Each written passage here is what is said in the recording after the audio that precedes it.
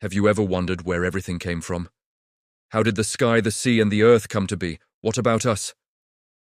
Today, we're diving into one of the oldest and most profound stories ever told, the story of creation from the very first book of the Bible, Genesis. This isn't just a tale of beginnings, it's a story filled with wonder, purpose, and divine artistry. So get comfortable, and let's journey back to the very dawn of time. In the beginning, there was nothing. A formless, empty void, covered in darkness.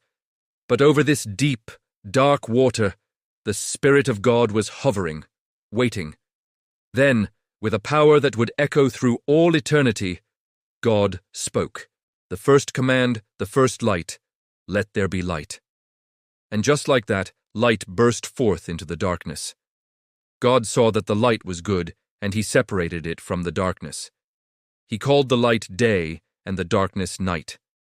And so, the evening passed, and the morning came, marking the very first day. On the second day, God continued to bring order to the chaos. He saw the vast waters, and spoke again, creating an expanse right in the middle of them. This great expanse separated the water below from the water above. God called this expanse sky. Imagine looking up for the first time and seeing that brilliant, endless blue ceiling above. The world was beginning to take shape, a grand stage being set for the wonders yet to come. The second day was complete. Day 3 brought a dramatic transformation. God gathered the waters under the sky into one place, and for the first time, dry ground appeared. God called the dry ground land, and the gathered waters he called seas. And God saw that it was good. But he wasn't finished. The new land was bare, so God commanded it to sprout with life. Suddenly, vegetation burst forth. Tender grass, plants yielding seed, and trees bearing fruit, each with its seed inside, ready to reproduce. The earth was no longer just rock and water. It was becoming a vibrant green paradise. This was the work of the third day. With the earth now ready, God turned his attention to the heavens on the fourth day. He spoke, and brilliant lights appeared in the sky. He made the great light, the sun, to rule the day, and the lesser light, the moon, to govern the night. He also scattered the stars across the vast darkness, like countless diamonds. These celestial bodies were not just for beauty. They were to serve as signs, to mark seasons, days, and years. They became the grand cosmic clock, setting the rhythm for all life that would follow. The universe now had its lamps, its timekeepers. The fourth day concluded. On the fifth day, the world exploded with movement and sound. God commanded the waters to teem with living creatures. The seas swarmed with every kind of fish and sea monster, from the smallest minnow to the great leviathan. At the same time, he commanded birds to fly across the sky. The air was filled with the flapping of wings and the chorus of birdsong. God looked at the bustling seas and the soaring birds, and he blessed them, saying, "Be fruitful and multiply. Fill the waters in the seas, and let the birds multiply on the earth." Life was now in motion, a symphony of creation. The fifth day was done. Day 6 arrived, the pinnacle of God's creative week. First, God spoke, and the land brought forth its own creatures.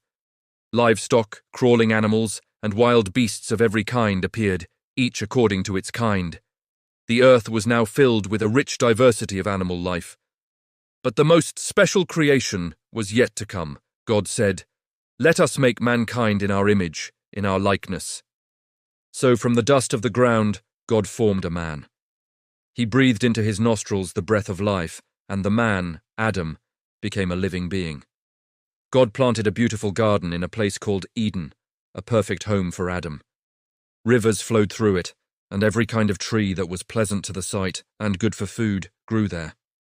In the middle of the garden stood 2 special trees, the tree of life and the tree of the knowledge of good and evil.